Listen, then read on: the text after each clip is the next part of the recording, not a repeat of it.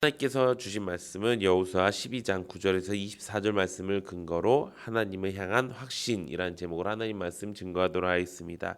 약속의 땅 시리즈 쉬운 6번째 시간입니다. 오늘 말씀에 보면은 이스라엘이 멸망시킨 요단 서편의 왕들의 목록을 세세하게 알려주는 것을 우리가 볼 수가 있습니다. 가나안 남쪽의 왕들로는 여리고 왕을 비롯해서 16명의 왕들이 언급되고 북쪽의 왕들로는 답부아 왕을 비롯해서 15명의 왕들이 언급됩니다. 이렇게 말씀 가운데 하나님의 성경 말씀 속에서 31명이나 되는 이 왕들의 이름을 일일이 나열한 이유가 무엇일까요?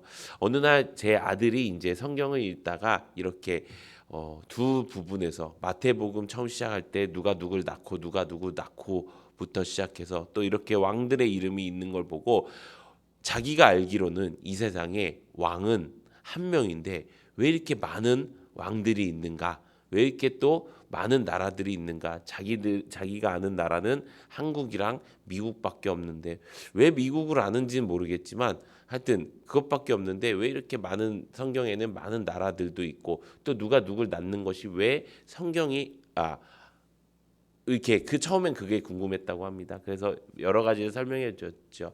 세상에는 수많은 나라가 있고 이 성경 시대에도 수많은 나라가 있었다. 그 나라를 통치하는 왕들이 있었다. 그러면은 이제 아들이 이렇게 물어봤습니다. 그렇다면 그 왕들의 이름이 왜 여기에 다 쓰여진 거예요? 라고 이야기하는 것입니다. 왜냐하면 여호수아 지금 우리가 보고 있는 여호수아 12장만 해도 그렇게 우리가 무엇을 해야 된다, 하나님이 무엇을 하셨다라는 말보다는 역사적으로 이렇게 됐다, 이렇게 저렇게 됐다라는 말밖에 없었기 때문입니다.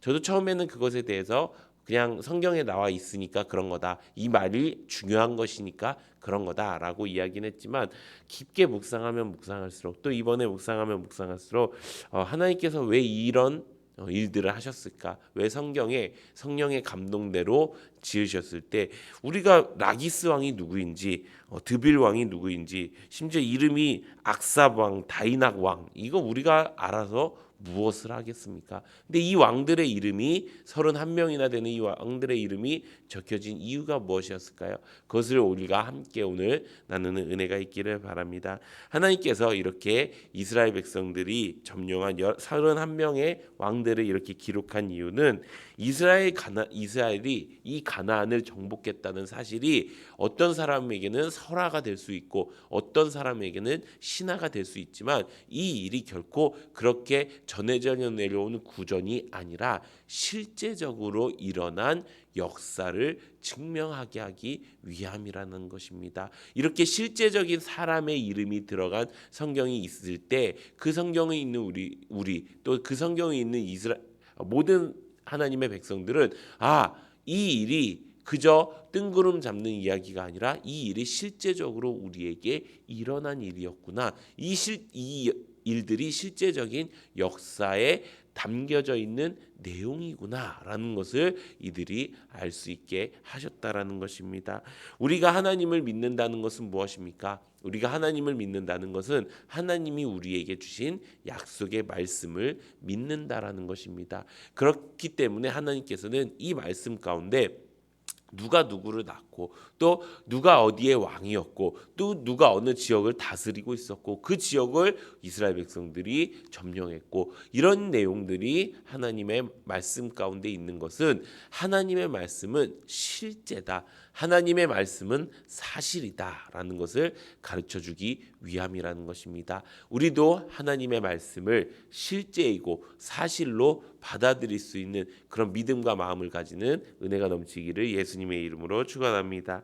우리가 하나님을 믿는 사람이다 아니다라는 것은 이 성경에 기록된 말씀을 내가 실제로 일어난 일이냐 아니냐를 믿는 거에 대해서 판명난다고 합니다. 세상 사람들도 성경을 읽고 지혜를 찾는 사람들이 있습니다. 하지만 성경은 하나님의 말씀을 듣는 자마다 믿음이 생긴다고 이야기하지요. 그런데 그런 사람들은 아무리 성경을 몇 독씩이나 했다고 해도 믿음이 생기지 않는 경우가 있다라는 것입니다. 그 이유는 무엇일까요? 그것은 이 성경에 기록된 말씀을 실제로 믿기로 결단하지 않았기 때문이라는 것입니다.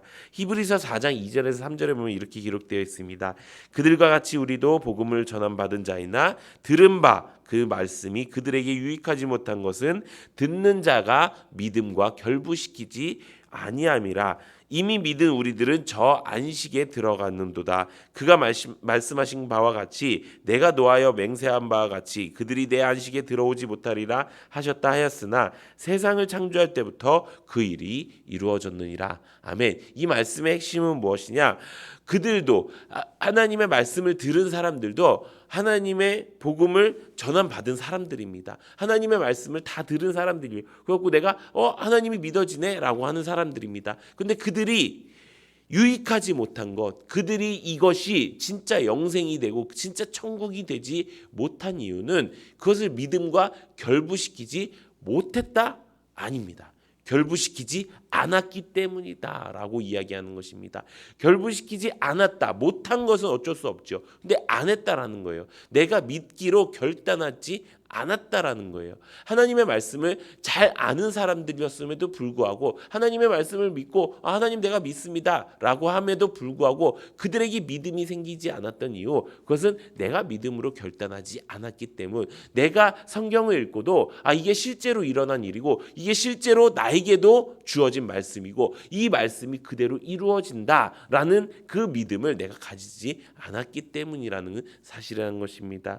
우리가 성경을 읽을 때 그래서 반드시 무엇을 해야 됩니까? 믿음과 결부시켜야 된다는 것입니다. 그래야 주님이 주신 안식에 참여할 수 있는 자가 된다는 것입니다. 하나님께서는 세상의 모든 일들을 그냥 벌어지는 대로 바라보고 계시는 분이 아니십니다. 하나님은 이 땅을 창조하셨고요. 모든 역사를 주관하시는 분이십니다. 그것뿐만이 아닙니다. 하나님의 백성이 되기로 한 우리의 인생도 하나님께서 분명히 주관해 주신다는 것입니다. 그리고 성경에 나온 것과 같이 우리의 삶도 성경의 약속에 따라서 인도해 주신다는 것입니다. 그런데 우리가 때때로는 보면요, 하나님의 말씀에 막 열심히 믿는 것 같이 보이면서도 내가 하나님의 말씀대로 열심히 사는데도 불구하고 하나님의 그런 세심한 터치, 또 하나님의 세심한 응답, 하나님의 임재하심을 경험하지 못할 때가 있다는 거예요. 어쩌면 그것은 내가 이 말씀이 어느샌가 설화가 되고 이 말씀이 어느샌가 실제가 되지 않았기 때문일 수 있다라는 것입니다. 사랑하는 성도 여러분, 이제 우리가 해야 될 것은 무엇입니까? 이 성경의 말씀이 실제로 우리에게 주어졌다라는 확신을 가지면서 사는 것입니다. 우리가 그렇게 살아갈 때 이 말씀은 실제가 되는 은혜가 있다는 것입니다. 우리 모두 그렇게 사는 은혜가 있기를 바랍니다. 이제 우리가 어떻게 살기 원합니까? 성경대로 사는 은혜가 있기를 바랍니다. 우리가 성경대로 살기로 결단하고 하나님의 말씀이 진짜라는 그 사실을 믿음으로 결단할 때 그 성경에 나와 있는 모든 약속의 말씀이 우리의 말씀이 될 줄로 믿습니다.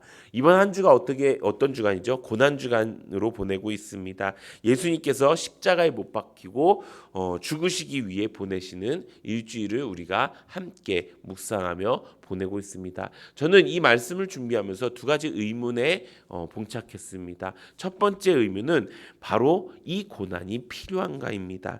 예수님이 죽으셔서 내 죄가 사해진다면 그저 예수님이 오셔서 이런 고난 주간 없이 그냥 죽으셔도 될 일이 아니었는가? 예수님이 고난을 받아서 죽어야지 천국에 가는 것이 아니고요. 예수님은 그냥 우리의 죄를 위해서 죽으시면 우리는 그것을 믿고 천국에 갈 수 있는 사람이 될 수 있는 거예요. 근데 왜 우리는 그 예수님의 고난을 봐야 하는가? 예수님이 그냥 오셔서 십자가에 못 박혀 달려 돌아가시고 단번에 돌아가셔서 단번에 죽으시고 단번에 우리 죄를 속량해 주셨다. 이렇게 해도 될 일이 아니었는가? 왜 굳이 그런 모진 고통과 고난을 다 받으셔야 됐는가? 이것이 첫 번째 질문이었어요. 두 번째 질문은 무엇이었느냐? 왜 예수님이 이 땅에 사람의 몸으로 오셔서 죽으셔야 했는가? 그저 그 신분으로 오셔서 우리의 죄를 멋지게 속량하실 수도 있으셨을 텐데, 그럴 능력이 충분히 있으셨을 텐데도 불구하고 왜 그렇게 하셨는가?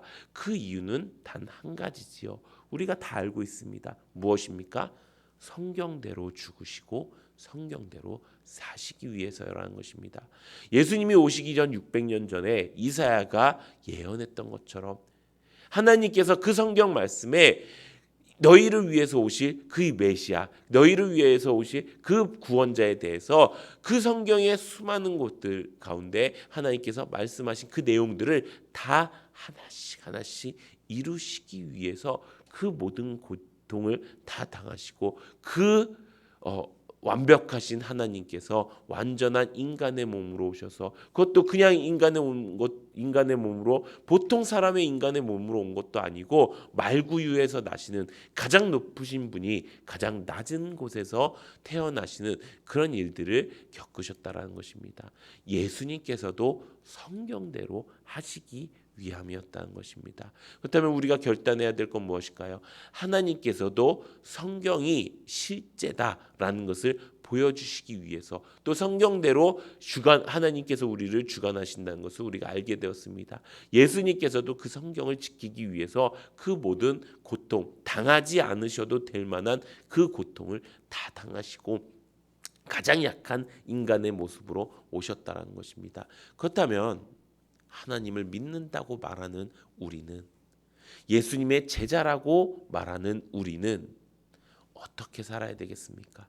답은 너무나도 명확하지요. 성경대로 사는 것입니다. 그리고 그 성경이 실제 일어난 사건임을 우리가 기억하고 하나님을 향한 확신을 가지고 우리가 살아가는 것입니다. 그럴 때 이 성경 말씀이 어떻게 된다고요? 믿음과 결부되어서 실제 우리가 이 성경에 나타나 있는 모든 약속의 주인공이 될 수 있다라는 것입니다. 사랑하는 성도 여러분, 이번 한 주 우리가 예수님의 고난을 묵상할 때 왜 예수님께서는 굳이 그렇게까지 하셨는가? 날 너무 사랑하셨기에 라는 말도 있지만 그 사랑의 앞에는 성경대로 하시기 위해, 그래서 내가 예수님을 사랑한다는 것은 성경대로 산다는 것입니다.